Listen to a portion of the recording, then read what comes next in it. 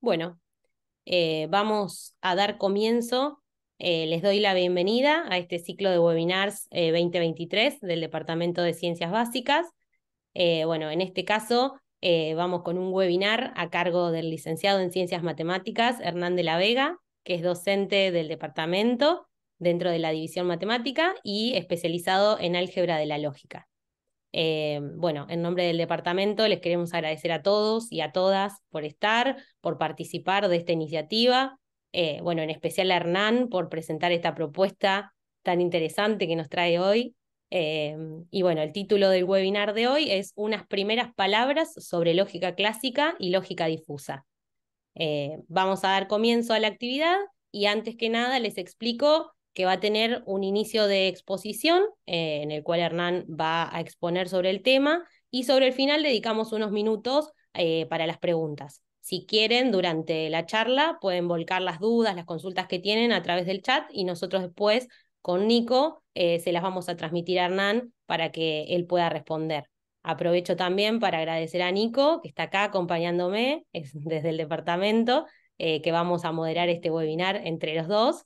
Y bueno, después, durante la charla, vamos a ir hablando a través del chat con ustedes, nosotros. Y bueno, le doy el pase a Hernán para que ya arranque con este webinar. Gracias, Hernán. Hola, ¿qué tal? Buenas tardes a todos y a todas. Bueno, gracias a Eugenia por la presentación y a Nicolás también por la participación en esto. Bueno, la idea de esta charla es exactamente eso, es una charla sobre ciertos temas básicos, sobre de lógica o sobre cierta parte de la lógica, y pretende eso, ser una charla de temas sencillos, básicos más que sencillos, pero expuestos para un público general. Es decir, no me voy a meter en tecnicismos, aunque es cierto, digamos, como un tema de matemática va a estar escrito y desarrollado en ese lenguaje, digamos, pero no pretende ser una charla para un público que no tiene por qué estar preparado o al tanto de estos temas, ¿no? Como una charla inicial. De hecho, digamos, para no empezar a meterse con discusiones más filosóficas o, digamos, profundas acerca de la lógica, de qué es la lógica y tratar de buscar alguna especie de definición enciclopédica de eso. La idea es justamente como charla de eh, encararla desde un aspecto intuitivo. Bueno, una lógica o la lógica intenta de alguna manera formalizar o dar una estructura formal, un formalismo a cierto recorte del razonamiento humano, es decir, sí, un recorte fuerte de ciertos razonamientos que nosotros solemos hacer en nuestras actividades y en nuestra vida. Eh, bueno, empecemos un poco por, digamos, de acuerdo a qué es ese recorte o eso que uno quiere expresar, aparecen distintas lógicas. Hoy vamos a charlar justamente un poquito de eso. Pero se podría decir sin mucho miedo a equivocarse que la vertiente de todas es la lógica clásica, la lógica que uno medio hereda de los griegos, de la escuela estoica. Así que empezamos un poco mirando la lógica clásica, que de última nos va a proporcionar todo un lenguaje que vamos a necesitar a lo largo de la charla. Entonces empecemos diciendo lo siguiente, definiendo lo que es una proposición. En principio podemos pensar también, siempre en forma medio naif, si quieren, o intuitiva, sobre que una proposición es un enunciado en el cual tiene sentido preguntarse si eso es verdadero o falso. Eh, Llueve, por ejemplo, bueno, tiene sentido preguntarse si eso es verdadero o falso. Es lo que en castellano se llamaría una oración declarativa. ¡Basta! Bueno, no, eso no.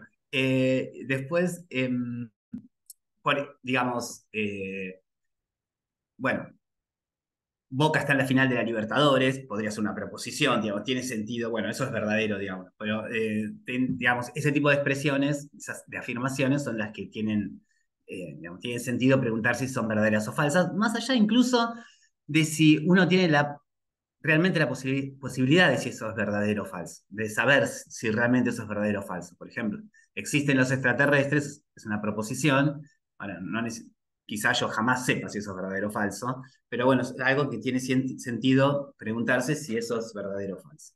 En contraposición, digamos, las oraciones interrogativas o las oraciones exclamativas no van a ser proposiciones. Digamos, yo digo, Dios mío, una exclamación de ese estilo, no tiene sentido preguntarse si eso es verdadero o falso. Bueno, el cálculo proposicional clásico es un modelo que intenta de alguna manera emular o modelar los razonamientos que pueden hacerse mediante esas proposiciones, mediante la concatenación o la conexión de esas proposiciones a través de ciertos conectores, como exactamente un segundo, el o, el i, el entonces y el no. ¿No? Por ejemplo, si yo digo, bueno, llueve. A ver, si llueve o hace frío, entonces no salgo, me quedo en casa.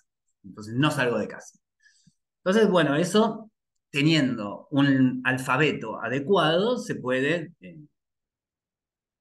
formalizar y escribir en forma de palabra, de alguna manera, de oración.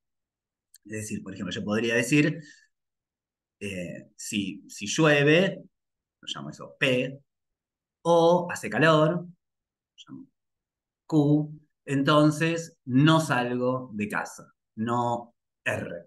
¿Mm? Entonces, bueno, acá sin querer ya se me escapó la flecha, digamos, si uno pone justamente un alfabeto en donde uno pueda representar esto que está acá, es el entonces, por ejemplo, con una flecha, el no, bueno, entonces tenemos un vocabulario con el que uno puede expresar ese tipo de afirmaciones, ¿no? Ese tipo de proposiciones.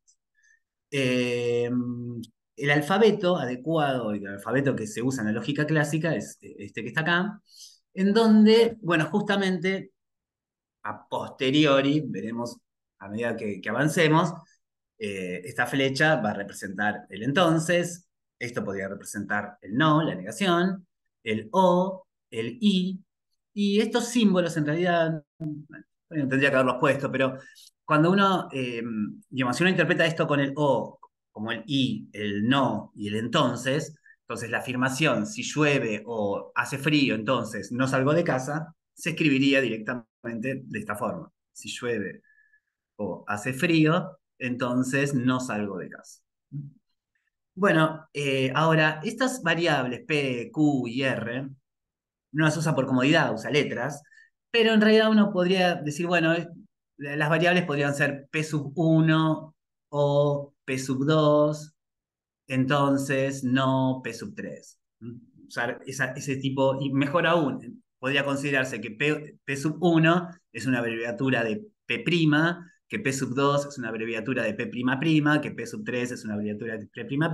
Entonces, digamos, eh, con esos dos símbolos uno intenta de alguna manera describir a cualquier variable, cualquier variable proposición.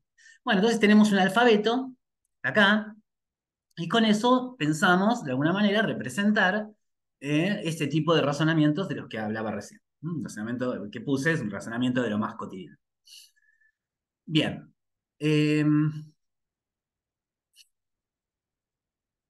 Acá hay algo que estaría como, que es interesante de recalcar. En el fondo, el castellano es lo mismo, digamos. Tengo un alfabeto, en este caso el alfabeto castellano, A, B, C, hasta el Z, y las palabras son, en el fondo, lo mismo, son concatenaciones de esos símbolos del alfabeto. Pero hay una diferencia ahí respecto ya del lenguaje materno, respecto de este lenguaje formal. En el lenguaje materno, el que una concatenación de símbolos signifique algo, sea considerada una palabra, eh, depende de algo externo al alfabeto. Es decir, depende de un diccionario, si queremos poner una palabra, por ejemplo. Es que la concatenación de C, A, S, A signifique algo, es porque casa está en un diccionario o en la costumbre, pero en algún lugar que está por fuera del lenguaje. En los lenguajes formales en particular, en el lenguaje del cálculo proposicional clásico, del cálculo proposicional, el que una concatenación de elementos del alfabeto sea una palabra, sea realmente una fórmula, es algo intrínseco del propio lenguaje. Es decir, se sabe exactamente qué concatenaciones son fórmulas y cuáles no a través de reglas y no de un diccionario, no de algo externo. Bueno, no me voy a meter en eso para nada, pero en el fondo hay una idea de cadena de formación de fórmulas y que dan como un mecanismo para obtener cualquier fórmula que uno quiera. Y al revés, cualquier fórmula proviene de ese mecanismo. El mecanismo, para hablar así también, siempre muy naif, muy en forma intuitiva, diría algo así como lo siguiente. Todas las variables proposicionales son fórmulas, por decreto de necesidad y urgencia. Por decreto son fórmulas. Es un axioma de todo esto. Entonces, las variables son fórmulas. Y después, en forma inductiva, digamos, si uno tiene dos fórmulas, bueno, el P, este simbolito que interpretemos como un I, pero bueno, P y Q va a ser una fórmula, P o Q va a ser una fórmula, P implica Q va a ser una fórmula. Entonces, digamos, uno puede tener lo que se llamaría una cadena de construcción que, por ejemplo, la fórmula P implica Q o R, por ejemplo, se construirá de esta forma. Bueno, P, Q y R son variables proposicionales, así que por decreto son fórmulas. Pero, bueno, acá vemos que si tenemos dos fórmulas, la implicación es una fórmula, así que acá tendría que esto es una fórmula, y acá ya tengo una fórmula, y esta también porque es una variable, así que también es una fórmula. Bueno, entonces sabemos que el O entre dos fórmulas es una fórmula, y ya, bueno, acá tenemos una cadena de construcción de la fórmula esta que está acá. Bueno, vamos armándonos entonces de una sintaxis, digamos, de tener un alfabeto, una serie de símbolos y una manera de construir fórmulas dentro de esos, con esos símbolos. Bien, acá también haría una aclaración, que acá por ahora las fórmulas son concatenaciones de símbolos en forma cruda, es decir, por ahora esta fórmula es distinta que esta fórmula. Son concatenaciones de símbolos diferentes. Bueno, ahora una cosa que digamos, se, se le da importancia en el sentido de cobra importancia vital es la siguiente. ¿Existe algún método deductivo de esta, digamos, un método sintáctico deductivo? Es decir, ¿uno tiene algún mecanismo para demostrar alguna fórmula? Bueno, a eso justamente, el tema deductivo, se, de acuerdo a la lógica y a lo que uno quiera que represente esa lógica, uno de los grandes esfuerzos de los fundadores de esas lógicas diferentes y de esos sistemas es el encontrar qué axiomas eh, deductivos son los que se ajustan a ese fin. En el caso de la lógica clásica, se plantean estos tres primeros axiomas de acá, estos tres de acá, y una regla que se conoce como modus ponens, que es que si vale una implicación, es decir, si interpretemos a esta flechita como un entonces, como una implicación, entonces si phi implica, si esto implica esto y vale lo de la izquierda, entonces tiene que valer lo de la derecha. Decir phi y psi es medio difícil, por eso dije izquierda y derecha.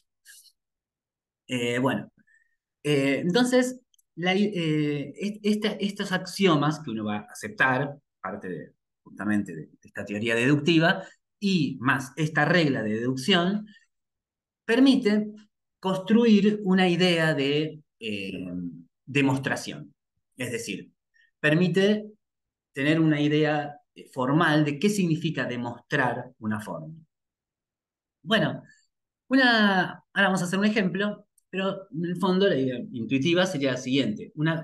Pensemos cuando nosotros demostramos algo, ¿no? Es decir, uno siempre escribiendo, bueno, si pasa esto, entonces pasa esto, va haciendo renglones, renglones, renglones, hasta que llega a lo que uno quiere demostrar. ¿Mm? Bueno, más o menos esa es la idea de una cadena de demostración. Es decir, es una secuencia de fórmulas donde la última de ellas es la fórmula que uno quiere demostrar, y previo a eso, las fórmulas anteriores o son axiomas de la teoría, alguno de estos tres, o son fórmulas que se deducen a partir de las fórmulas anteriores y la regla modus ponens. Entonces, eso da una idea, crea un mecanismo deductivo donde a partir, bueno, de ciertos axiomas se lo puede demostrar, una idea de qué significa demostrar una fórmula. Eso quise decir. Ejemplo. Por ejemplo, probemos que vale esta fórmula de acá, que vale P implica P, que esta fórmula es demostrable. Bueno, a ver, si miramos el axioma 1, que es este, yo acá puedo poner cualquier cosa, mientras este de acá sea igual a este de acá. Bueno, una sería poner P, acá poner P implica P, acá poner P. Sería esto que está acá. Así que esto es un axioma. En el axioma 2, bueno, respetemos, acá habíamos puesto P, acá pongamos P.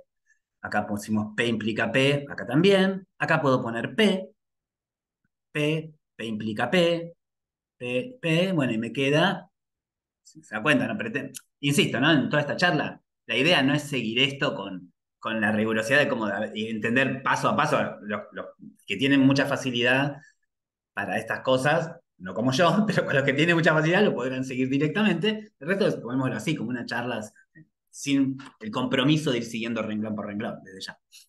Bueno, pero por el axioma 2, usando ese axioma 2 tendría esto. Pero bueno, a ver, esto que está acá es la parte izquierda de esta implicación de acá. Entonces, por modus ponens, como tengo una implicación, que sería esta de acá, todo esto implica todo esto. Entonces, como tengo esta implicación y tengo lo de la izquierda, entonces por modus ponens vale esto. Bueno, usando nuevamente el axioma 1, obtengo esto que está acá.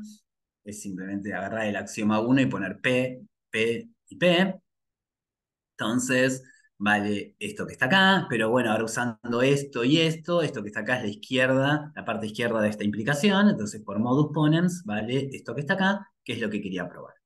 Y ahí tengo entonces la demostración de una fórmula, ¿no? Es decir, parto de axiomas y de, digamos, todas las que están acá, la última fórmula es la que quería demostrar, y las anteriores o son axiomas o son fórmulas previas que digamos, son deducciones a través de modus ponens de fórmulas previas. Una cosa que creo que me olvidé decir es que cuando una fórmula es consecuente, se puede deducir de esta forma, se escribe así, eso, como que esta fórmula es probable y se dice que phi es un teorema. Bien, ok. Ese mecanismo de deducción se puede afinar un poco más en el sentido de decir, bueno, si a ese conjunto de axiomas le agrego algún subconjunto de las fórmulas, es decir, le agrego un conjunto de fórmulas más, digo, bueno, a ver, tomemos los axiomas y estas fórmulas, entonces, de vuelta, tengo un sistema deductivo en el sentido de, bueno, una cadena de digamos, una demostración de una fórmula a partir de este conjunto sería, bueno, lo mismo, una secuencia de fórmulas donde la última es la fórmula que uno quiere demostrar y las previas o son axiomas o son de este conjunto o se deducen por modus ponens de las anteriores. En ese caso, se dice que esta fórmula phi es una consecuencia sintáctica de este conjunto de fórmulas gamma. Y se escribe así. Se dice que esta fórmula es un teorema de la teoría gamma. Exactamente eso es lo que se dice en esta situación. Bien, ok. Acá cuando habla de consecuencia sintáctica, bueno, en el fondo porque justamente todavía nos estamos moviendo dentro de eso, digamos, lo que tenemos ahí son ciertas fórmulas. No pude esquivar, en el fondo, porque uno ya adelanta un montón de cosas que uno ya conoce, el asociar eh, estos conectores con el y, el o, el no y el entonces. Pero hasta ahora serían simplemente símbolos, es decir, hasta ahora eso no está encarnado en nada, simplemente serían como símbolos de este alfabeto. Un sistema se dice que es consistente cuando este sistema deductivo eh, no permite que pase esto que está acá. Es decir, no permite que se pueda demostrar una fórmula y que al mismo tiempo se pueda demostrar su negación. Bien, bueno, hasta acá es medio una cuestión, medio hasta ahora hasta acá, es todo lo que estuvimos viendo tiene que ver con la sintaxis, digamos, con la escritura de fórmulas,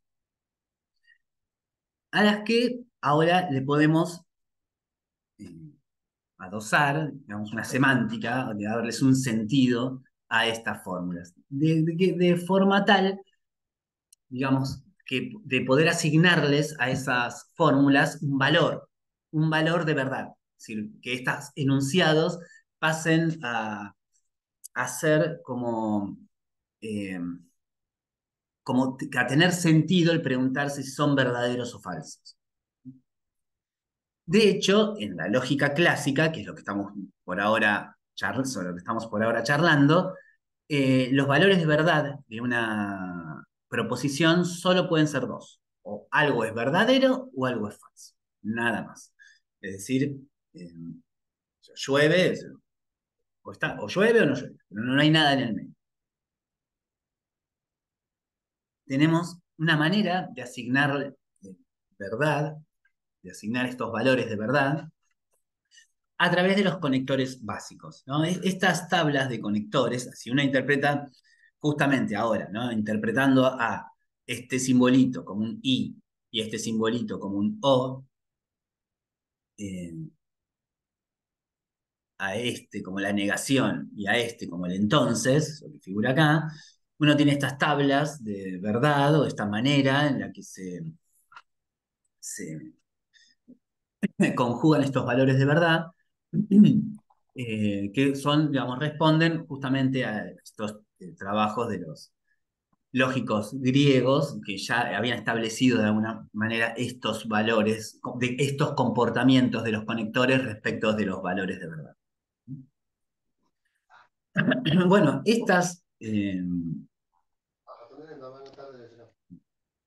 bueno, estas tablas, y lo que voy a mostrar ahora, digamos, permiten de alguna manera leer las fórmulas eh, en un conjunto numérico. Es decir, en este caso, si acá cuando hablo de tablas de verdad, eh, no aclaré, pero me pareció, digamos, no sé por qué no lo aclaré, que representaríamos el cero como algo falso y el uno como algo verdadero. Entonces, de alguna manera, esto que vamos a ver ahora permite leer de alguna forma cualquier fórmula dentro del conjunto 0,1, es decir, dentro de, de ese conjunto numérico.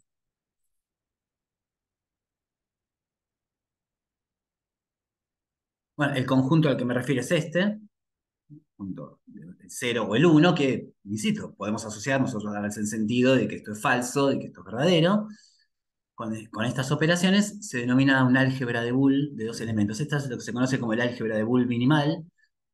Y los que hayan alguna vez, muchos de ustedes están súper cancheros o por ahí no lo vieron nunca, no sé, depende cada uno, pero supongo que muchos ya están familiarizados con lo que es una álgebra de Boole. Es una estructura algebraica que es justamente un conjunto ordenado, en este caso es el álgebra de Boole minimal.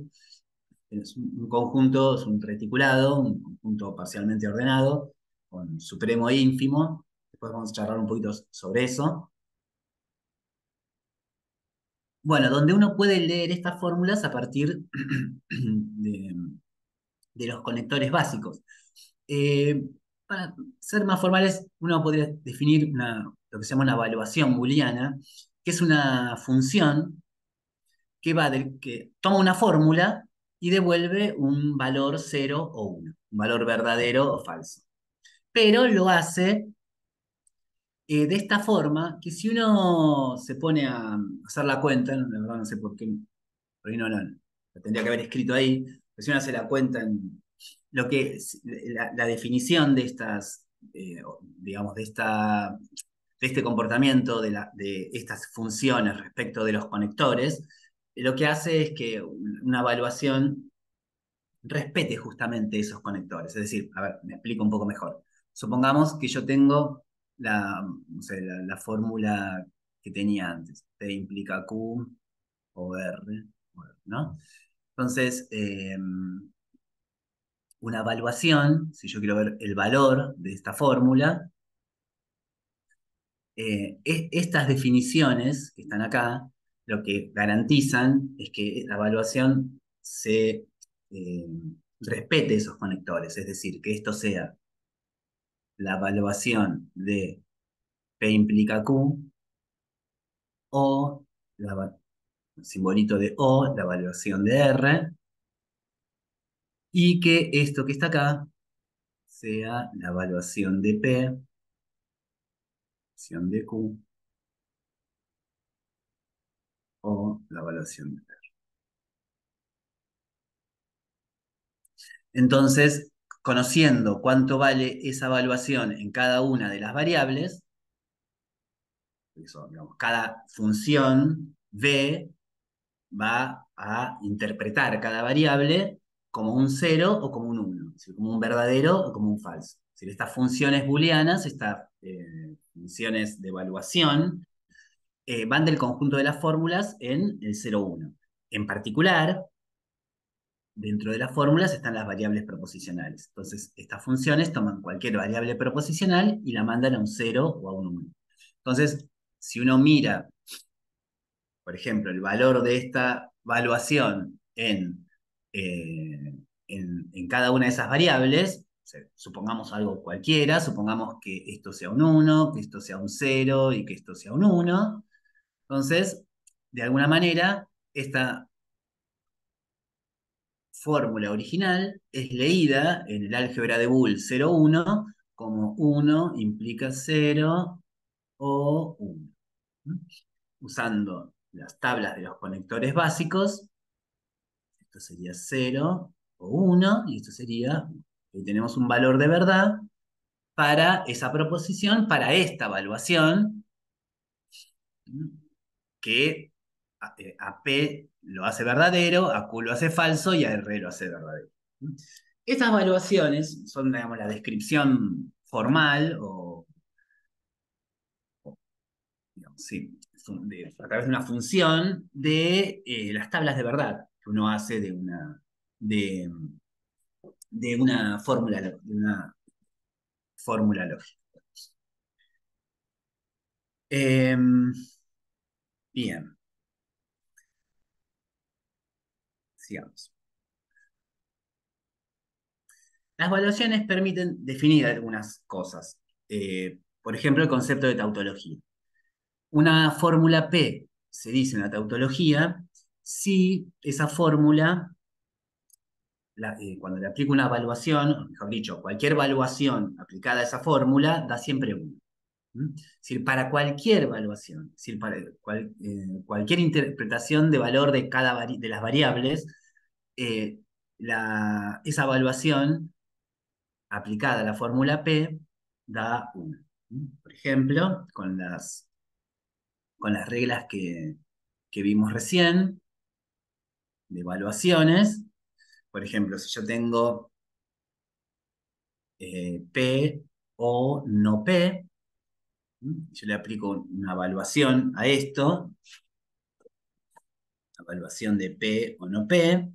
Bueno, vemos acá que no P es uno menos la evaluación en P, sería, a ver, la evaluación de P o no P es el máximo, que anoto, máximo entre la evaluación en P y la evaluación en no P.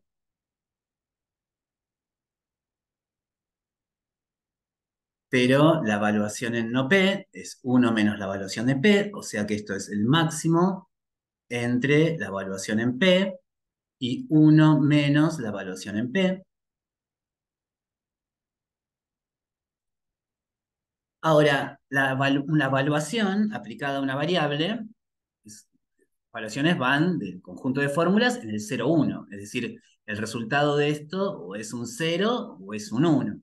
Ahora, si esto es un 0, acá me queda 1 menos 0, que es 1. Y el máximo entre 0 y 1 es 1. Ahora, si esto fuera un 1, esto es un 1, esto es un 1, así que esto es un 0. Me queda un 1 acá y un 0 acá, pero el máximo entre 1 y 0 es 1. Así que en ambos casos me da 1. Es decir, que no importa la evaluación que sea, cualquiera sea el valor de verdad que le asigne a la variable p, el resultado de la evaluación de esto es siempre 1. Es decir, esto que está acá, p o no p, para la lógica clásica, es una tautología.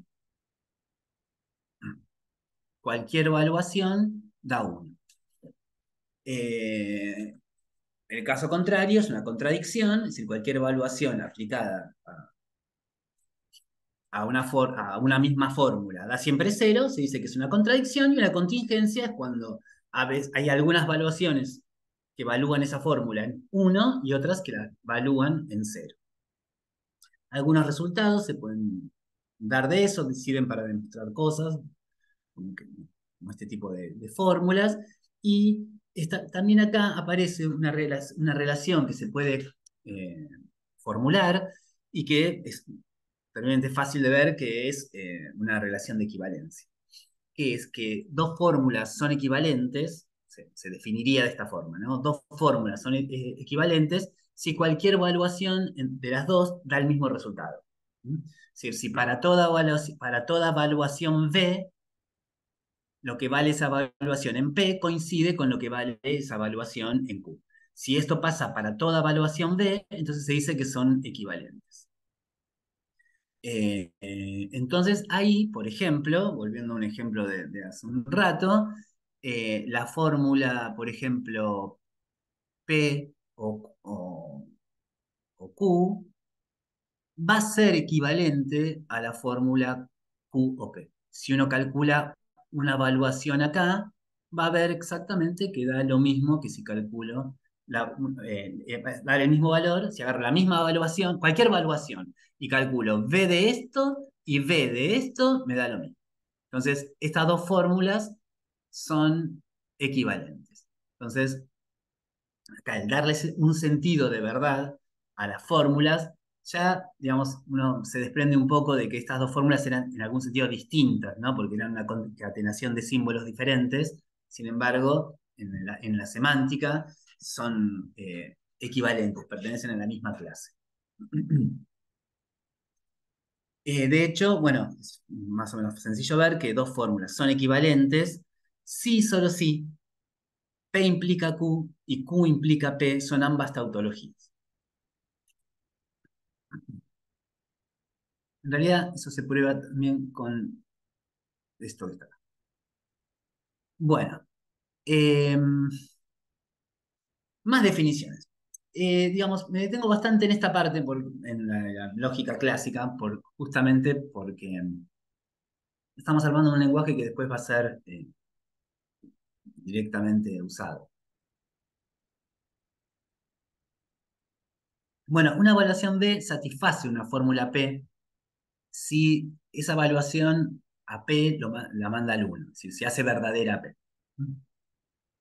Se dice que satisface, una evaluación B satisface un conjunto de fórmulas, bueno, si la evaluación satisface a cada una de las fórmulas metidas ahí adentro. Y bueno, una fórmula o un conjunto de fórmulas se dice satisfacible si existe una evaluación que satisfaga a ese conjunto de fórmulas o a esa fórmula, ¿no? Y es insatisfacible en otro caso. Es decir, un conjunto de fórmulas es satisfacible si existe al menos una evaluación que hace que esa evaluación aplicada a cada una de esas fórmulas da una. Bueno, y acá tenemos una definición semántica de consecuencia. Antes habíamos estado hablando de un sistema deductivo en donde a partir de la sintaxis, digamos, a partir de la escritura, uno tiene una secuencia de fórmulas y podía tener un concepto de demostración, de cuando una fórmula se demostraba a partir de ese juego sintáctico. Acá tenemos una idea de consecuencia semántica, que es la siguiente. Una fórmula P es consecuencia de un conjunto de fórmulas S si toda evaluación que satisfaga S también satisface P. Es decir, si tengo una evaluación, si tengo digamos, una evaluación que satisfaga a todas las fórmulas del conjunto S, esa evaluación necesariamente tiene que satisfacer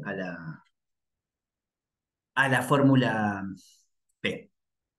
Eso se escribe así. Si uno no pone al conjunto S como vacío, es decir, la definición está hecha acá sobre un conjunto S en el sentido de, bueno, si decimos que P es consecuencia de S, si cualquier evaluación que satisfaga S en particular satisface a, a P. Bueno, cuando ponemos el conjunto vacío, acá, o sea, no le pedimos a la evaluación que satisfaga nada previo, eh, decimos que, bueno, justamente las funciones que son consecuencia del vacío son las tautologías.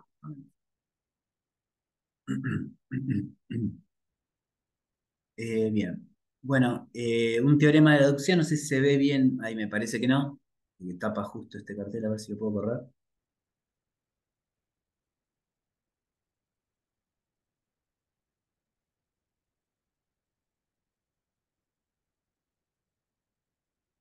Eh, Teorema de la deducción es un teorema célebre en lógica clásica, que, bueno, una fórmula es consecuencia es de un conjunto de fórmulas S más una fórmula P, o sea, hay que le agrego una fórmula P, sí, solo sí, P implica Q, es una consecuencia del conjunto de fórmulas S. Entonces, acá hay sí, solo sí, es decir, si toda evaluación, si Q es una consecuencia de esto, es porque toda evaluación que satisface a este conjunto de fórmulas, a todas las de S y a P, también satisface Q. Y eso vale, sí, solo sí, eh, el hecho, sí, solo sí, cualquier evaluación que satisface las fórmulas de S también satisface a P implica Q. Bien.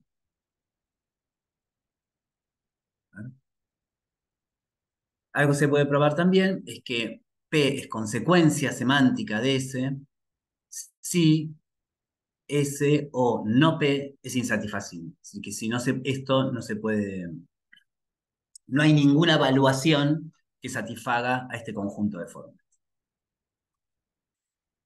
Bien, ahora, tenemos entonces como dos caras que son siempre parte fundamental del estudio de cualquier lógica. Una cara sintáctica y una cara semántica. Una cara de escritura y de concepto de construcción de demostraciones, y una cara semántica en cuanto a asignar valores de verdad a esas formas, poder leer esas fórmulas desde algún conjunto numérico. ahí tenemos un concepto de deducción semántica eh, a partir de evaluaciones. Bueno, ¿qué se puede probar entre esas dos caras en la lógica clásica? Se pueden probar resultados fundamentales que hacen a la solidez de la lógica clásica sin ningún lugar a duda. Una es la correctitud. Es decir, si una fórmula se puede demostrar a partir de un conjunto de fórmulas, si phi es un teorema de esta teoría, entonces phi es una consecuencia semántica de esto. Sí.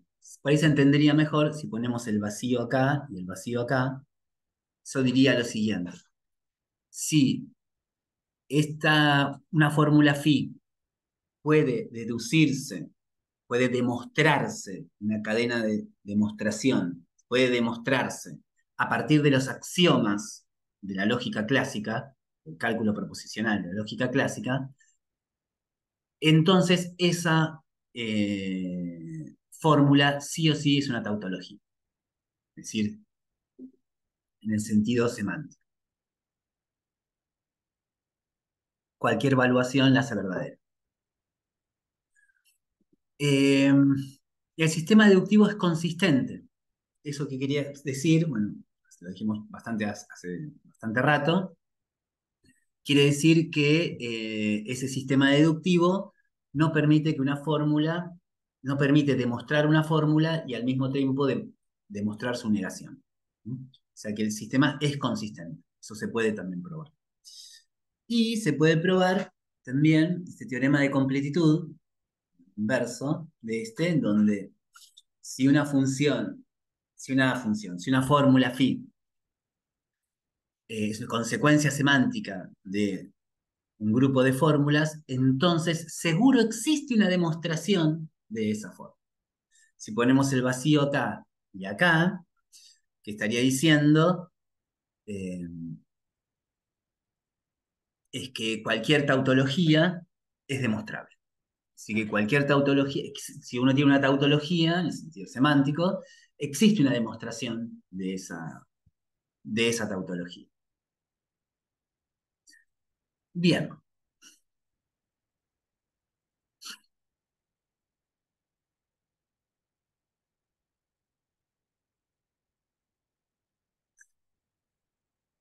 Bueno, ahora en la lógica clásica, cuando uno tiene una proposición, esa proposición puede ser verdadera o falsa. Cero o un 1. Bueno, verdadera o falsa, un 1 o un 0. Entonces, a esa restricción, eh, medio digamos, hubo un poco un esfuerzo en tratar de eliminarla de alguna manera, en tratar de tener alguna graduación en los valores de verdad, que algo no sea tan rígido en el sentido de algo sea verdadero o falso, 0 o 1, ¿no? Pero bueno, es fácil de decir que quiero una graduación, si por ejemplo soy alto, ¿eh? Pero el ser alto, bueno, por ahí si me lo aplican a mí, que estaría medio en la duda, digamos, pero bueno, supongamos que soy alto. Entonces, valdría, en mí sería 1, digamos, el valor de verdad de ser alto. Ahora, Ginóbili también valdría 1, y bueno, algo no anda bien ahí, porque, digamos, uno quisiera el ser alto darle alguna graduación, que los valores de verdad de una proposición no sean solo 0 y 1. Bueno,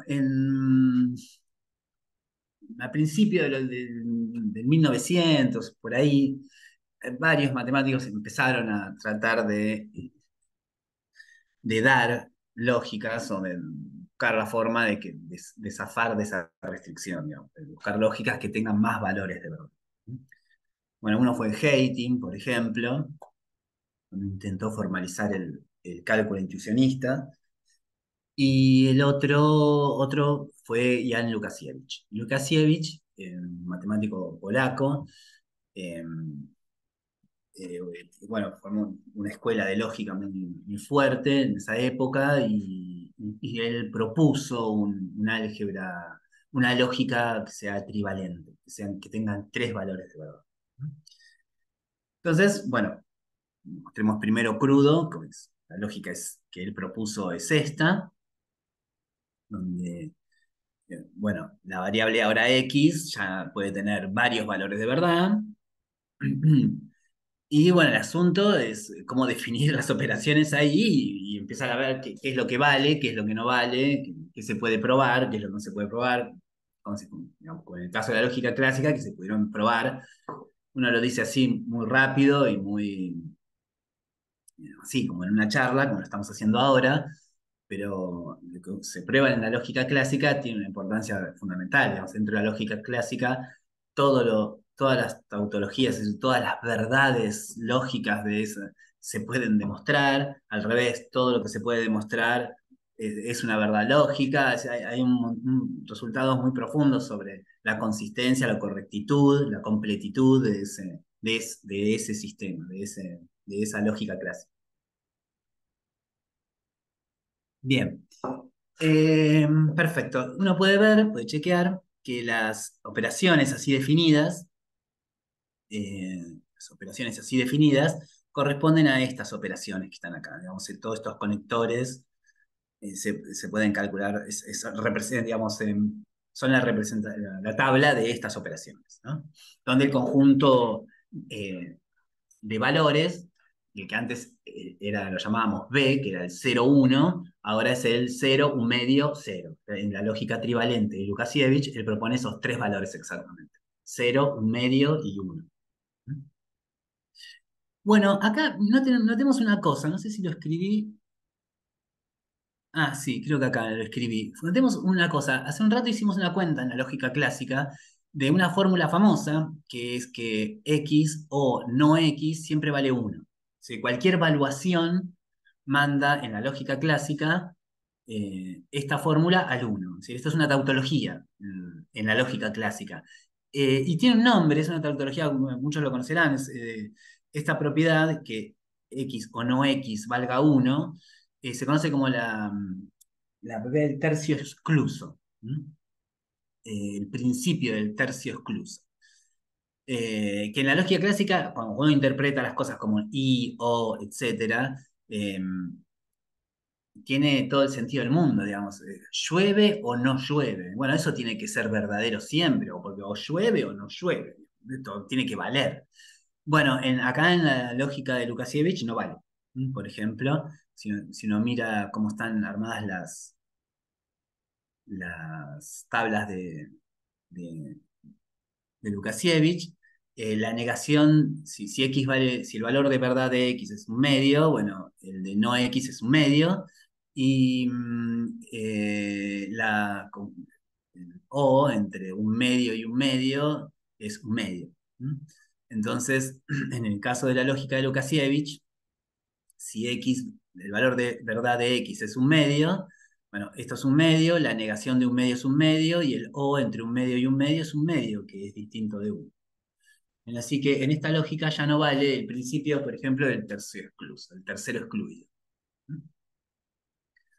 Bien, si uno toma las mismas, bueno, digamos, eso que acabo de decir muestra un poco en principio las diferentes lógicas que uno empieza a ver, justamente están diseñadas para representar cosas diferentes. Es decir, hay situaciones en las que uno quisiera que no valga esto, por ejemplo. Bien, ok.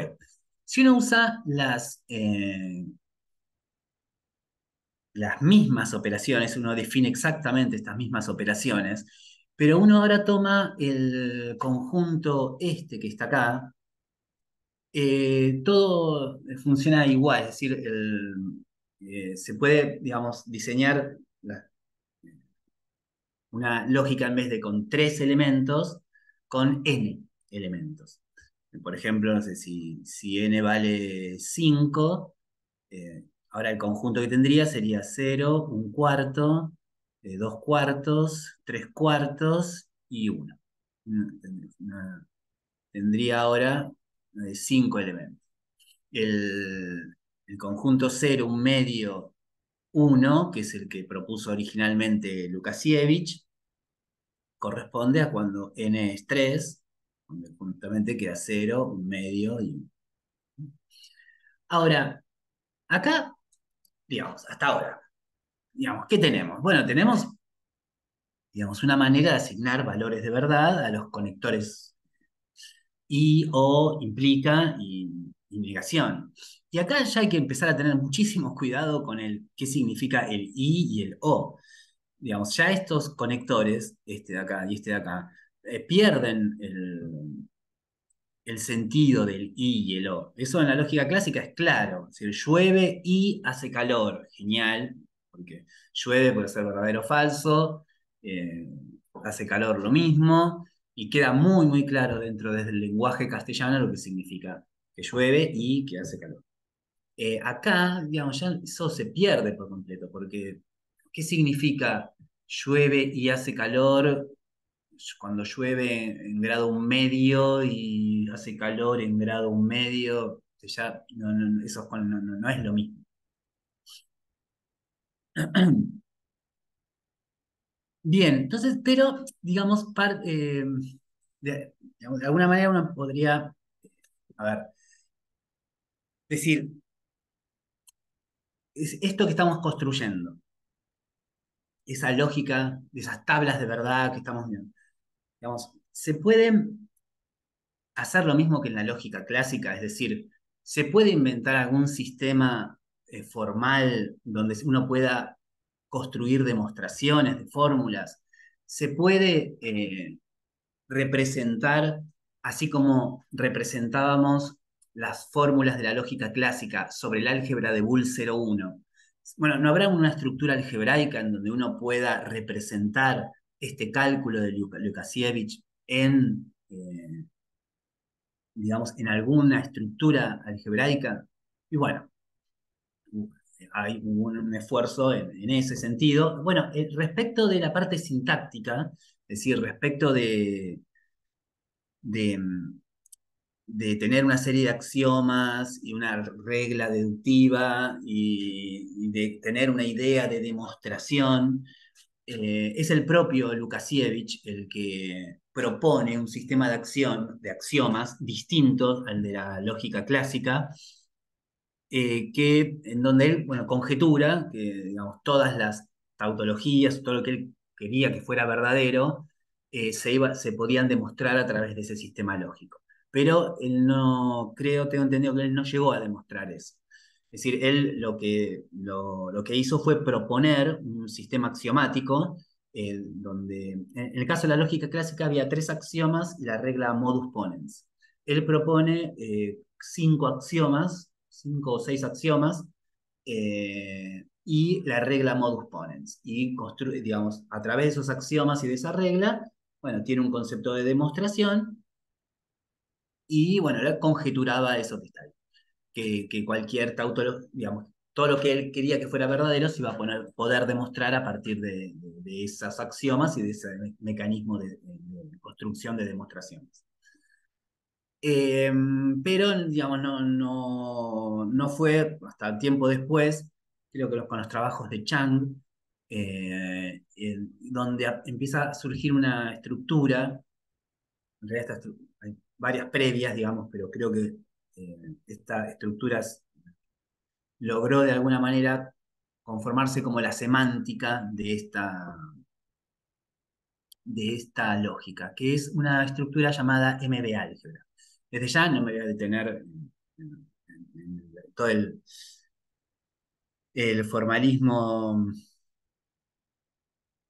digamos, de esto, podría estudiarlo toda su vida, pero digamos, una MB álgebra es una álgebra, es una estructura, es un conjunto A, un punto subyacente A, una operación binaria, una suma, una operación unaria, que sería la negación, digamos, un elemento cero y, bueno, que cumplen determinadas propiedades, determinadas se le exige, digamos, a esa MB álgebra que satisfaga ciertas condiciones a estas operaciones. Bueno, un conjunto de esta forma, con operaciones que satisfagan esto que está acá, bueno, se la llama una MB álgebra. MB álgebra, el MB viene de multivaluado, de multivariate álgebra, no sé cómo se pronuncia exactamente.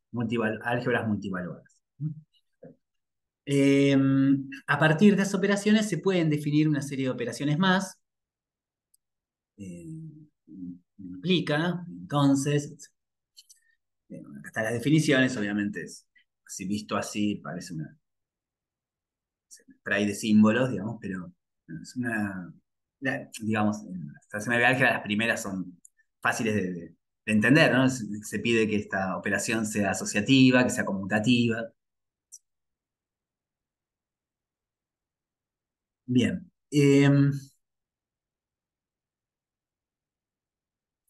En una MB álgebra se puede definir, en esa MB álgebra se puede definir un orden parcial. eh, sea bueno, no sé, para el que no conoce sobre órdenes, un orden parcial es una relación de menor igual, pero digamos, no todo elemento es menor o igual que otro, es decir, es un orden donde no siempre dos elementos son comparables. Bueno, se puede definir un orden sobre el conjunto A, que es este, es una definición, si X es menor o igual que Y, si existe un Z tal que Y es igual a X más Z. Parecido a lo que uno podría decir de los números, de la recta numérica, ¿no?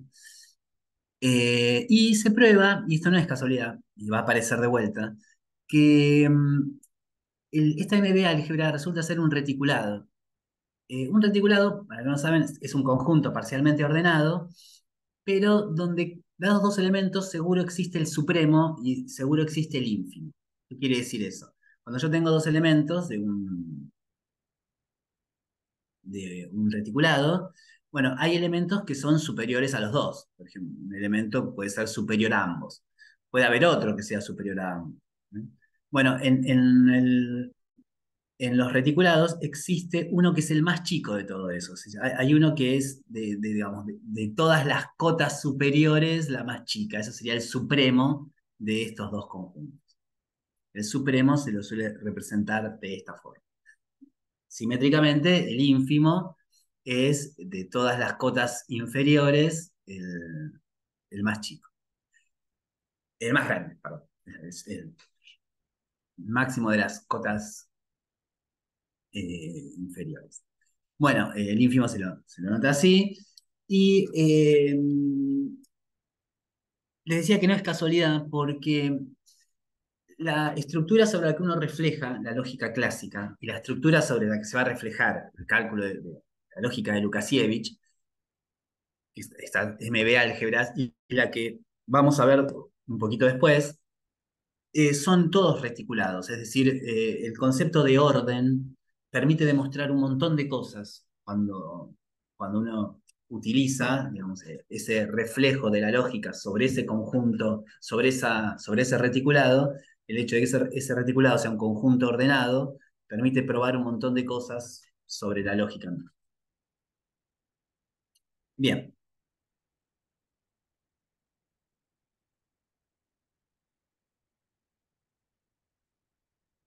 Bueno, una MB álgebra, vemos una estructura de ese estilo, y justamente a qué viene todo esto, a que si miramos este conjunto, el conjunto que decía que propone Lukasiewicz para valores de verdad, y uno toma la suma, la define de esta manera, sería como la suma truncada.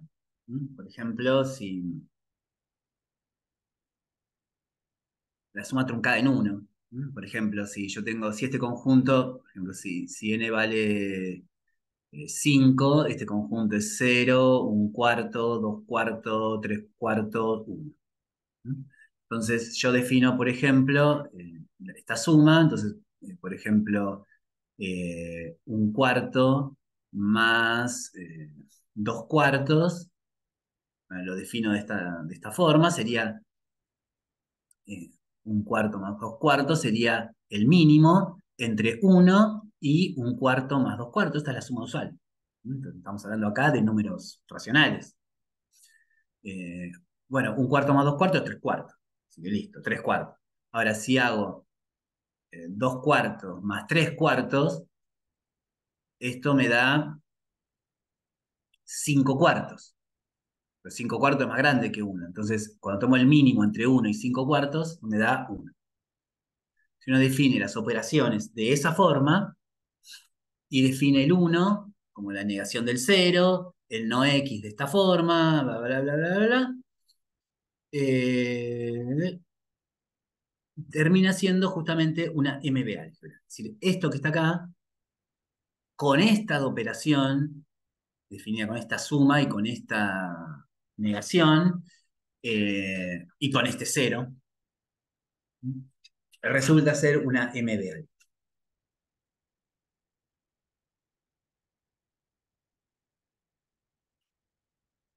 Bueno, acá decía, en el caso, como igual que en el caso en igual 3.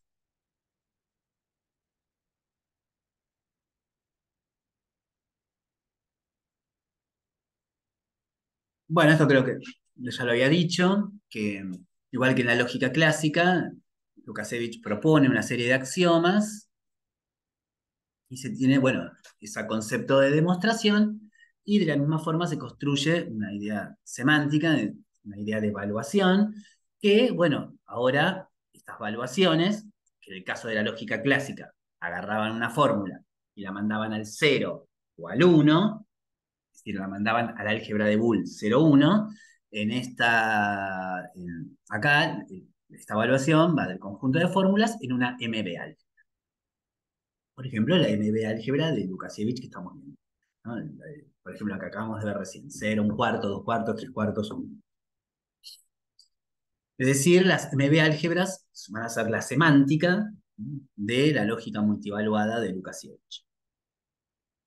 Bueno, está probado en libros del tema, eh, que justamente los teoremas, lo que se puede demostrar bajo los axiomas que había propuesto Lukasiewicz, son justamente las tautologías de las MBA. Es decir, que efectivamente, o sea, ambas cosas, un sí, solo sí. ¿No? Es decir, los teoremas que se pueden demostrar con los axiomas de Lukasiewicz son las tautologías de las MB álgebras y viceversa. Eso está demostrado en varios lados, entre ellos en un libro muy famoso que hay sobre el tema muy famoso para los que se dedican a la álgebra de la lógica, digamos, ¿no? Ahí estudian MB álgebras, un libro que escribieron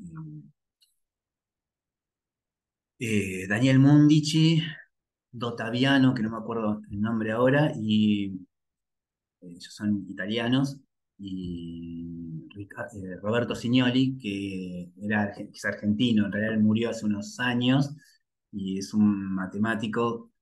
La verdad fue una pérdida bárbara porque, digamos, como matemático era más que brillante y él se dedicaba, de hecho es referencia obligada en la mayoría de los temas de álgebra de la lógica. Y él escribió un libro que se llama, no sé, no me acuerdo exactamente el nombre, no quiero decir cualquier cosa, pero es un nombre en inglés. Fundamentos algebraicos del razonamiento multivaluado, y se llama, y bueno, y en ese libro está, es un libro, digamos, ¿cómo podría decirlo? Muy referente del tema de las MB álgebras, y bueno, están probados estos resultados. Bien. Bueno, acá, eh, siguiendo con las lógicas multivaluadas, aparece una lógica que estuvo muy de moda en los años 80 por ahí, muy estudiada, que es lo que se conoce como fuzzy logic, o lógica borrosa, o lógica difusa. Hay antecedentes, no sé, siempre cuando uno lee sobre el tema, uno podría siempre encontrar antecedentes previos, pero se considera es, eh, que se funda a partir de un paper de Sadek en 1965 que se llamaba Conjuntos borrosos, Fuzzy Sets. Y las ideas de Sadek, bueno, despertaron la curiosidad de mucha gente, entre ellos de ingenieros, que vieron en las ideas que él desarrollaba que que esas ideas podían ser usadas para el desarrollo de ciertos controladores o de sistemas de decisión. Y bueno, de hecho, eso pasó. No sé, creo que a más de uno le habrá pasado de ir a comprar un lavarropa, por ejemplo, y que dijera Fuzzy Logic en algún lugar, porque bueno, sus controladores estaban diseñados de esa forma. Y bueno, quisiera bueno, charlar mínimas palabras de esto. Y,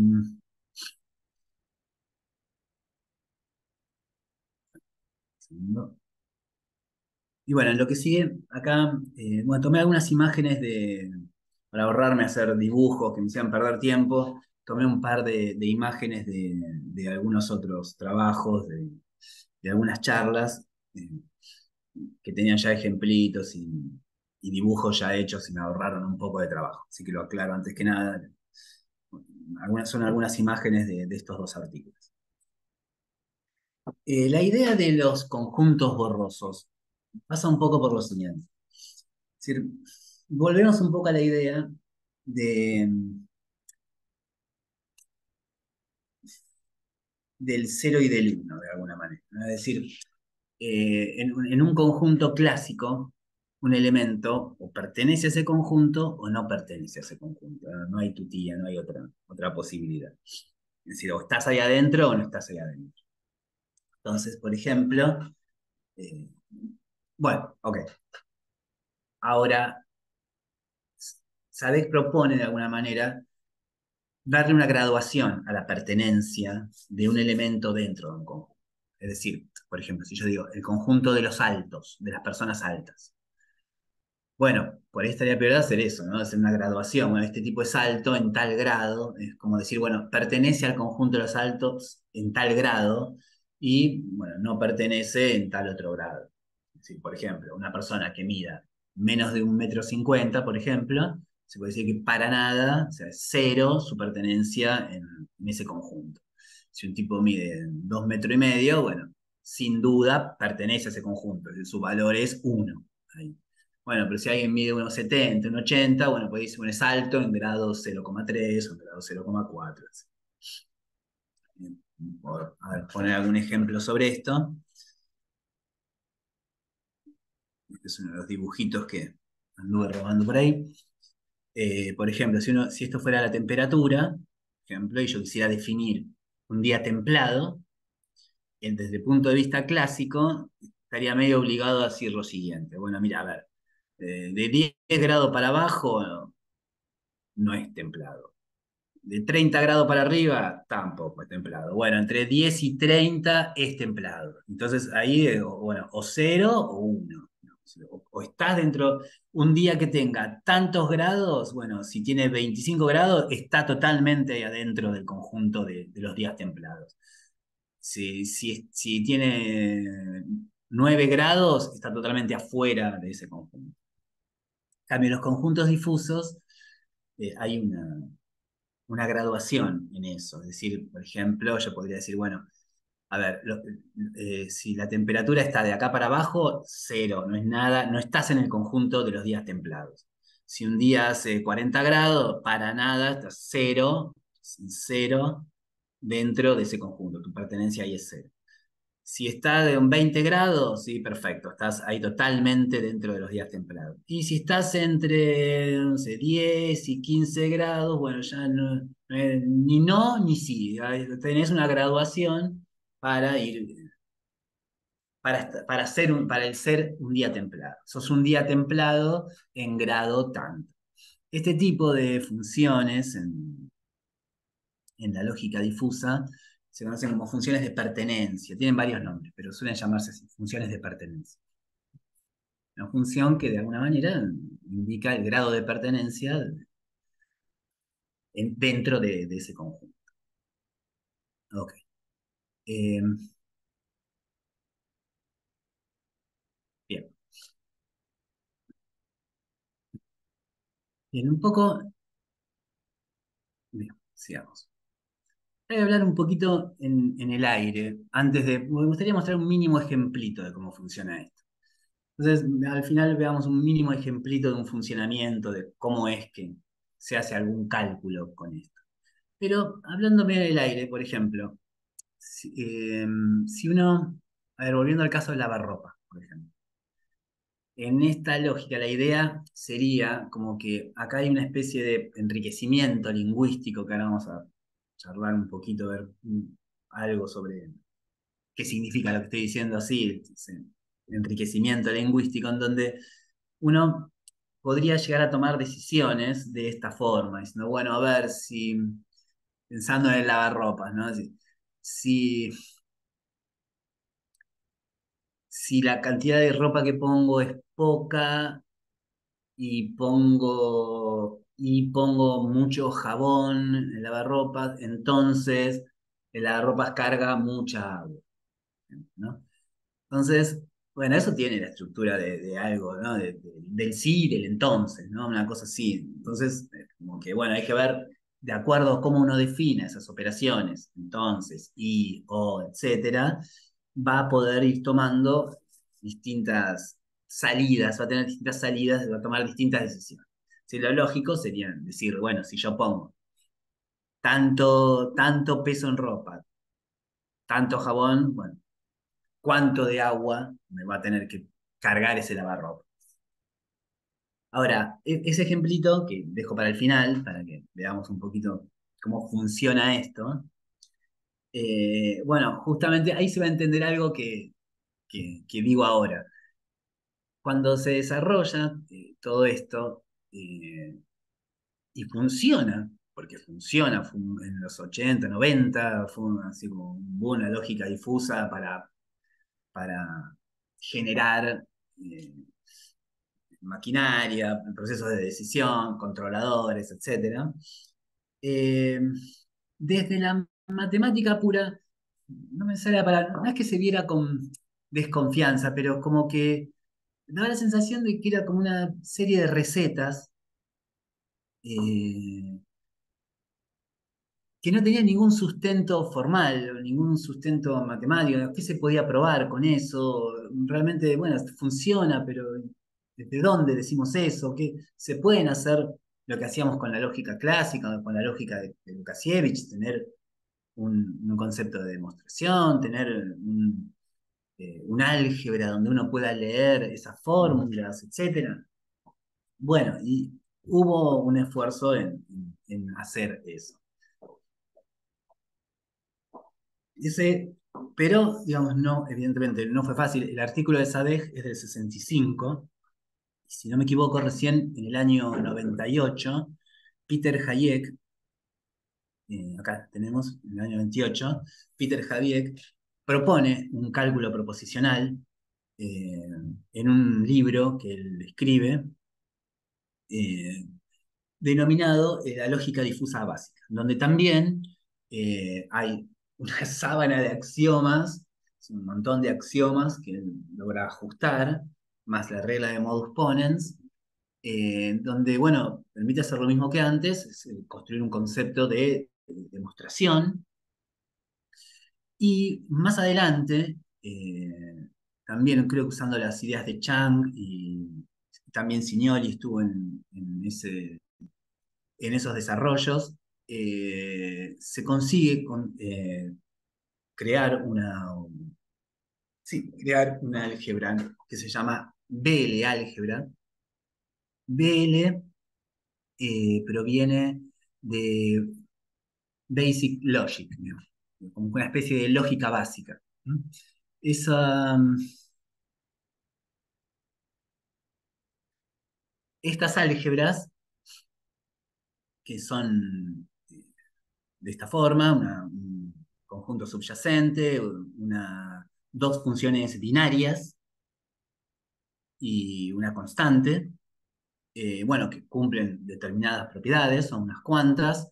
A con esta operación tiene que ser un monoide. A partir de estas operaciones estrella y flechita se pueden construir otras operaciones, entre ellas un supremo y un ínfimo. De hecho, cualquier BL álgebra, una vez más, termina siendo un reticulado, es decir, termina siendo un conjunto parcialmente ordenado, donde dos elementos siempre tienen supremo y tienen ínfimos, una vez más. Y esa BL álgebra resulta ser la adecuada para reflejar a ese cálculo propuesto por Hayek. De hecho, no hace mucho, digamos, se pudo probar digamos, este tipo de afirmaciones. Es decir, que una fórmula es un teorema de este cálculo proposicional propuesto por Hayek para la lógica difusa de Sadek,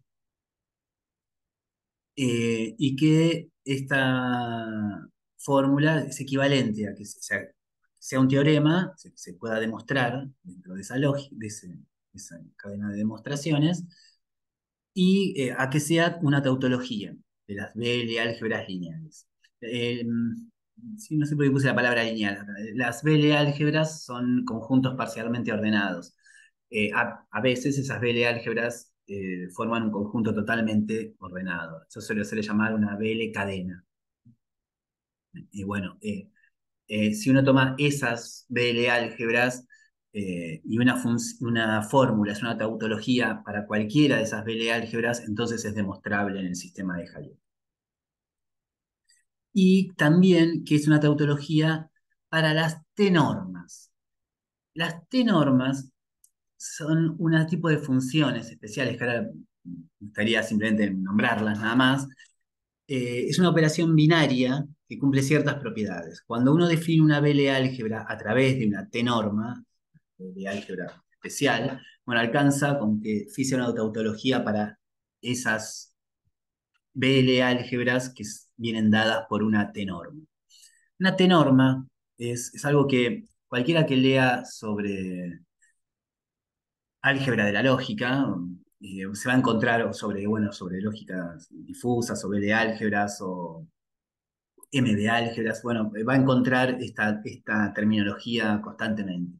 Una T-norma es una operación binaria continua en el segmento 0,1.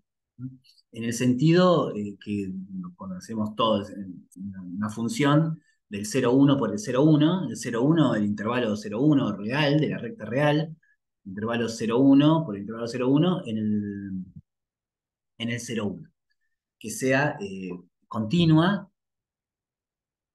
función de ese, ese espacio 0,1 por 0,1, y que satisfaga estas operaciones que están acá. En algún sentido, por ahí podrían notar que de alguna manera este operador de norma intenta de alguna manera capturar la idea del I, o pensemos por ahí en la intersección. Fíjense que, bueno, que es asociativo, que es conmutativo. Si agarro un conjunto y lo interseco con el universal, me da el mismo. Si lo interseco con el vacío, me da cero, el vacío. Bueno, si tengo un conjunto dentro de otro, entonces si lo interseco con un tercero, se mantiene esa inclusión. Bueno, esa es una T-norma, es una función, o sea, crudamente es una función del 0,1 por el 0,1 en el 0,1, que satisface todas estas propiedades de acá. Y se puede probar que esa operación tiene lo que se llama una adjunta o un residuo. En la jerga de la lógica de la clásica, de la lógica, de la álgebra de la lógica se lo llama así, es un residuo que sirve como implicación. Es decir, bueno, sirve como implicación. Es decir, es una función binaria que satisface esta propiedad de acá. X es menor o igual que esto, sí, solo sí, pasa esto que está acá. Eh, Estaba pensando, no, que de acá, de esta misma fórmula, se desprenden algunas propiedades ya interesantes de esta implicación. Ejemplos de T-normas, bueno, acá puse algunos, tres. Esta es una implicación, tomar el mínimo entre x y, si tomo dos valores del intervalo 0,1, tomo el mínimo, me devuelve un valor del intervalo 0,1 y lo hace en forma continua. Esta es otra T-norma y esta es otra T-norma. Sus residuos asociados, sus flechas asociadas, son esta y esta. La negación se define como x implica 0. Bien.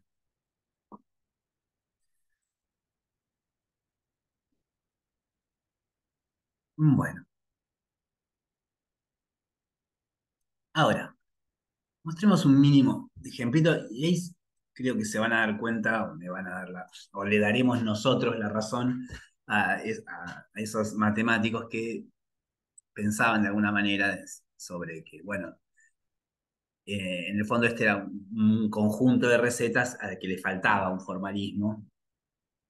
Bueno, la idea de Sadeh, de la lógica, esta lógica difusa, es hablar, digamos, introduce ciertos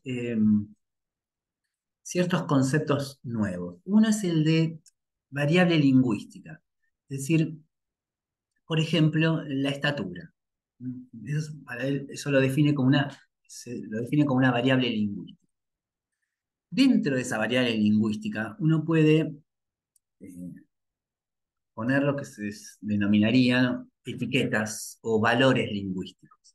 Si dentro de la estatura, una persona, uno podría considerar, bueno, ciertas etiquetas como ser bajo, ser mediano o ser alto.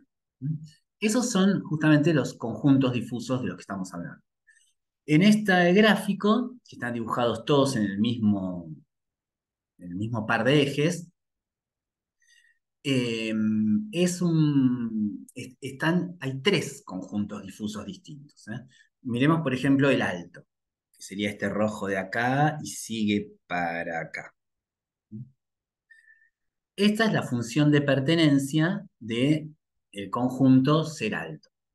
¿Cómo es esta función de pertenencia? Bueno, a ver, si alguien mide más de 1,90, entonces pertenece al conjunto de los altos en grado 1.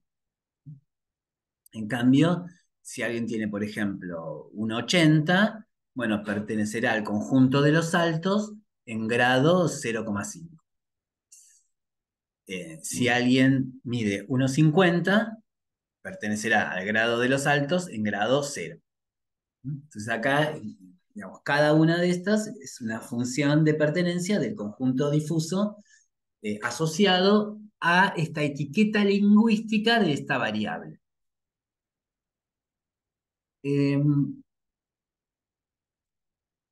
Bien. Respecto de las funciones de pertenencia, yo acá obviamente no me quise meter en nada de esto, pero hay 750.000, es decir, hay un montón, se ensayan un montón de, digamos, funciones de pertenencia que son más gaussianas, es decir, más acampanadas, funciones que tienen esta forma, así medio trapezoidal, o de estas tipo triángulo, etc. ¿No? Hay montones de propuestas de acuerdo a lo que uno quiera representar de funciones, de distintas funciones de pertenencia. Bien, genial. Entonces,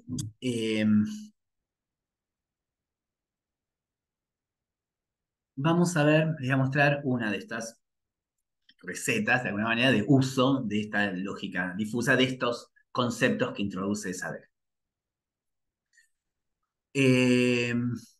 Y es un ejemplo que es muy conocido, yo lo vi ya varias veces, me lo crucé en distintas charlas, en distintos tutoriales, en un montón de lugares, que es el ejemplo de las propinas. Así que vamos a jugar un poco con este ejemplo de las propinas y, y medio ahí iríamos medio terminando. Este se conoce como el método Mamdani y usa lo que se llama operaciones min-max. Es decir, cuando uno quiere establecer algún tipo de proceso, como el que decía antes, bueno, meto tanto de ropa, tanto de jabón, entonces pasa tal cosa. Bueno, obviamente eso depende de cómo uno define las operaciones y o implica ese tipo de cosas. En este método se utiliza el máximo para establecer la unión de dos conjuntos difusos y el mínimo para establecer la implicación. O sea, es un mínimo, más que nada un truncamiento. Ahora lo voy a mostrar. Entonces, para dar una propina, eh, se toman las siguientes tres reglas. ¿Está bien? Si el servicio es pobre o la comida es mala, entonces la propina es poca. Si el servicio es bueno, incluso más allá de cómo esté la comida, entonces la propina será menos. Y si el servicio es excelente o la comida es deliciosa, entonces la propina será generosa, será grande. Entonces acá están los medio variables lingüísticas que uno está mirando. Una es el servicio, otra es la comida y otra es la propina. En cada una de esas variables lingüísticas tenemos etiquetas distintas. Si el servicio es pobre, o bueno, o excelente, son tres etiquetas distintas de la misma variable lingüística, y bueno, con lo mismo, la comida, mala, deliciosa, la propina, poca, media, generosa. Entonces, así como vimos recién que la variable lingüística estatura le habíamos puesto las etiquetas bajo, medio y alto, y cada una tenía su función de pertenencia a ese conjunto, al conjunto de los altos, de los medios o de los bajos. Bueno, acá lo mismo, va a haber una función de pertenencia para el servicio es pobre, una para el servicio es bueno, una para el servicio es excelente, y así. Entonces, ¿qué se hace con eso, digamos? Entonces, la idea es un poco, lo vemos acá, la imagen no es muy buena, pero más o menos con lo que voy a decir se va a entender. La primera de las reglas era, si el servicio es pobre o la comida es mala, entonces la propina es poca. Bueno, acá tengo las tres funciones de pertenencia de esas tres etiquetas de la variable lingüística correspondiente. Es decir, esta es la función de pertenencia del el servicio es pobre. Acá la escala que está abajo, eso no lo dije, pero es como, imaginemos que uno va, me siento en un restaurante y califico el servicio. Porque este tipo tardó 3 horas en esto, me habló mal, qué sé yo, y bueno, le pongo un 2. O la verdad que fueron muy amables, todo estuvo perfecto, qué sé yo, bueno, le pongo un 8. Bueno, entonces ahí pongo un 0, un 1, un 2, un 3, pongo la calificación que yo quiero. Bueno, acá tengo la función de pertenencia de la comida es mala, digamos, también, digamos, 0, 1, 2, 3, 4. Es decir, fíjense cómo funciona esto, ¿no? Es decir, por ejemplo, si yo califiqué con un 0 al servicio, bueno, entonces estoy totalmente adentro, mi valor de pertenencia en la etiqueta el servicio es pobre, es 1. Estoy totalmente adentro de eso. Es decir, el servicio seguro es pobre. Bueno, si lo califico como en un 9, entonces ahí vale 0, es decir, estoy totalmente fuera de ese conjunto. El servicio no fue pobre. ¿Eh? Y si lo califico con un 4, con un 5, bueno, ahí ya tengo un nivel de pertenencia al conjunto servicio pobre de una graduación entre 0 y 1. Bueno, lo mismo con la comida es mala. Entonces, esta receta o este método, el método este de Mamdani, funciona de esta manera. Yo, por ejemplo, califico el servicio con un 3, ¿no? Entonces, miremos la primera regla. Clasifico con un 3. Entonces, para ese valor, el nivel de pertenencia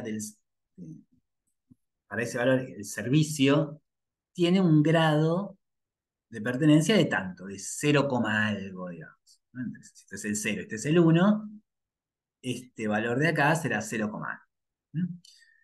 Si la comida la califiqué con un 8, entonces estoy fuera del conjunto, la comida es mala, fuera de esa etiqueta. Esto vale 0.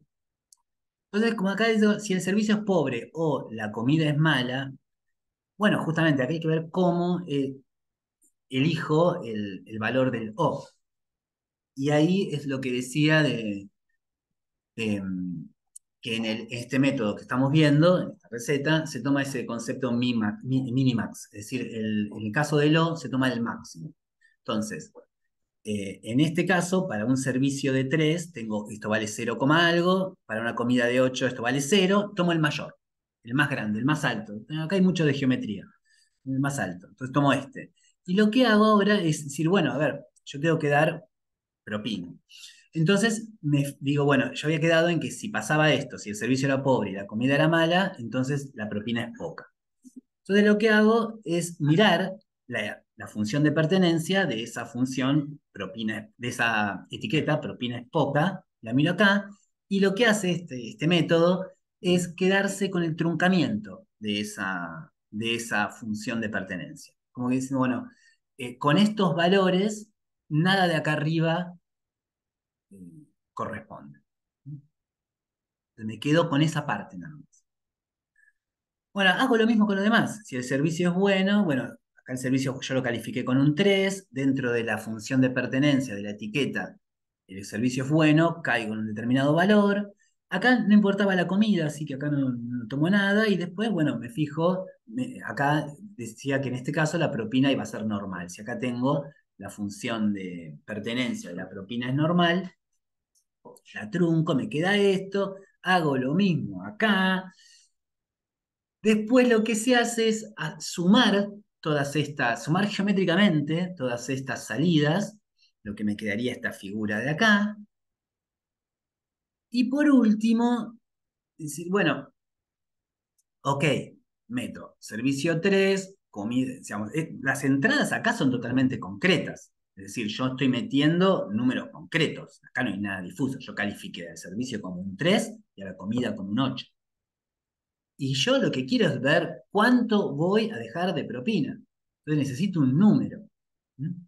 Entonces yo puedo dejar entre 0% y el 25%. Esa es la escala, el universo de esta variable lingüística. Bueno, ¿y cuál es el número entonces? Entonces, bueno, acá también, desde la geometría, lo que usa este método, que usa el método que estamos mirando acá, es tomar el centro de masa de esta figura, es el baricentro, no sé cómo se llamaría, el centro de masa de esto, que se me dará un punto por acá, aparece que toda esta masa está más corrida para un costado, así que estará como medio por acá, y después bajo hasta el eje X, digamos, y me fijo qué numerito corresponde a eso. Y ese sería el porcentaje de la propina que habría que dar.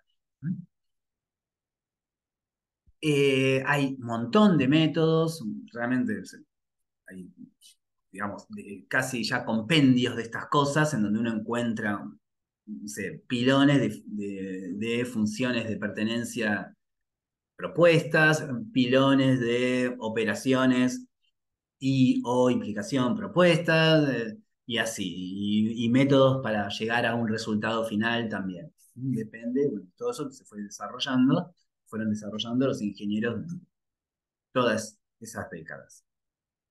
Eh, en principio, creo que ahí era lo que más o menos quería charlar, en esta charla informal. Y, bueno, y por mí les agradezco que me hayan escuchado, que se hayan bancado esto que en realidad no es algo de un interés de masas precisamente, ¿no? Nadie hace manifestaciones por la lógica clásica ni difusa ni nada. Pero bueno, me pareció lindo de mostrar lo que sé, lo poco que sé del tema. Bueno, les agradezco a todos, muchas gracias. Bueno, muchas gracias, Hernán. Muchas gracias. Muy linda la charla, muy amena. Hay algunas preguntas en el chat. Yo tengo alguna parecida a la que hay por el chat, pero bueno, vamos en orden. Mm, Alejandra pregunta sí. si existirá o tiene sentido pensar alguna evaluación cuyo resultado para ciertas fórmulas sea aleatorio. Por ejemplo, algo del estilo BDP igual a alguna fórmula base, digamos, más un error aleatorio, digamos. Mira, puede que tenga sentido pensar. Yo no conozco desarrollos en ese sentido. Digamos, como una evaluación que en algún sentido contenga el azar, por decirlo a lo bruto, digamos. Ujú, exacto. Si hay desarrollos en ese sentido, no los conozco. Pero no digo que no haya para nada. Es decir, en esto yo sinceramente no es que quiera hacerme el canchero en estas cosas, ni mucho menos, digamos. Sé algunas cosas, estudié. Es más, les comento, ya que estamos en la charla, yo estudié estas cosas en general desde un punto de vista muy abstracto, que es lo que se conoce como el álgebra de la lógica. En realidad lo que yo más estudié es sobre temas de MB álgebras, bueno, para algunas publicaciones en ese sentido. Pero incluso me obligué un poco a hacer este webinar para volver a entrar en tema de algunas cosas. Así que es muy probable que muchas preguntas no las pueda responder. Ya la primera es una, digamos, la de Alejandra. Pero no me extrañaría que existiera algún desarrollo en ese estilo. Gracias. No, por favor, al contrario. Bueno, yo tengo una que es, cuando hablas de conjuntos difusos, entras como en esto de que un poco puede ser y un poco no, y me surge una idea de por ahí, como hay una función de probabilidad dando vueltas, después hablaste del centro de masa, me imaginé una esperanza ahí, bueno, no sé, ¿hay una Bueno, no, noción de sí. eso? Sí. De muchas ideas, digamos, de estas recetas, de alguna manera, parten de esas ideas, digamos. De hecho, muchas funciones de pertenencia se calculan justamente como gaussianas o algo porque hay una idea de probabilística. Eso depende, digamos, creo yo, en que, digamos, los ingenieros cuando empezaron a desarrollar, digamos, este tipo de controladores y eso, de acuerdo a cómo fueran las variables o cómo ellos midieran que fueran, y las funciones de pertenencia, si van a representar de alguna manera el grado de pertenencia a algo, en algunos casos seguro habría una cuestión probabilística que necesitaría medir. Claro. Ujú. Bien, y por último, Beatriz pregunta si le podés sugerir algún libro introductorio acerca de la lógica difusa y sus aplicaciones. Dice que no alcanzó a anotar el libro de Signoli y Mm. sí es un libro introductorio Bueno, ese, digamos. el libro de Signoli es un libro de álgebra de la lógica, es totalmente teórico, digamos, no muestra absolutamente nada de aplicación de esto. Hay una aplicación de las MB álgebras que lo muestra ahí, digamos, por dos razones. Porque es medio simpático por un lado, pero por otro lado lo usa para probar ciertas cosas que se pega se conoce como el juego de Ulam. Alguien que hace ciertas preguntas, pero puede mentir en el medio. Entonces, ¿cuántas preguntas se pueden hacer para estar seguro que uno obtiene la respuesta correcta? Ese tipo de cosas. Así que ese libro, como introductorio, no lo recomiendo, pues es un libro duro, duro. Yo lo leí muchísimo ese libro y, digamos, creo que en el fondo no leí ni la mitad, por ejemplo. O sea, son libros, bueno, ojo, que tenga súper facilidad para esto, es probable que lo pueda leer de corrido, digamos, no fue mi caso. Mira, el tema con la lógica difusa es exactamente lo que decía hace un rato, es decir, eh, en el fondo, cuando uno lo mira, parece una serie de recetas que no tienen medio ningún formalismo. Y los libros que intentaron formalizar eso, que son el de Hayek, que ahora si quieren les digo exactamente el nombre, eh, son libros también muy duros de leer, sí, pero les paso los nombres, sí, sin duda, paso los nombres. Y en general de lógica difusa hay mucho en internet dando vueltas en donde en general la gran mayoría no se mete en cuestiones de formalismos ahí, es decir, acepta lo que sea, es decir, muestra cómo funciona. ¿Eh? Un poco la idea, al principio sí, uno puede explicar un poco esas ideas de las variables lingüísticas, de los conjuntos difusos, hasta ahí sí. Pero después el hecho de cómo es que uno toma las operaciones entre esos conjuntos, eso bueno, ya es más como en general son tutoriales que muestran cosas y se acepta medio lo que pasa. Bueno, esto funciona así, funciona así. Ahí sí no sé exactamente cuál sería. O sea, los libros que puedo pasarles el nombre son libros en general formales, digamos, libros medio duros. Más puedo buscar ahora si me dan un minuto. Bueno, Busco Sí, no te después. preocupes, Hernán, iba a decirles a todos, gracias por la presentación, por la charla, que podemos subir junto con el video, ahora yo paso por el chat Dale. la página del departamento y junto con el video del webinar se puede subir aclaraciones de bibliografía o algún Dale, link, algún artículo, algún paper que quieras destacar por ahí respecto de la charla. Así dale, que dale. les pasamos el link del departamento y pueden entrar ahí a revivir la charla y a buscar esta información.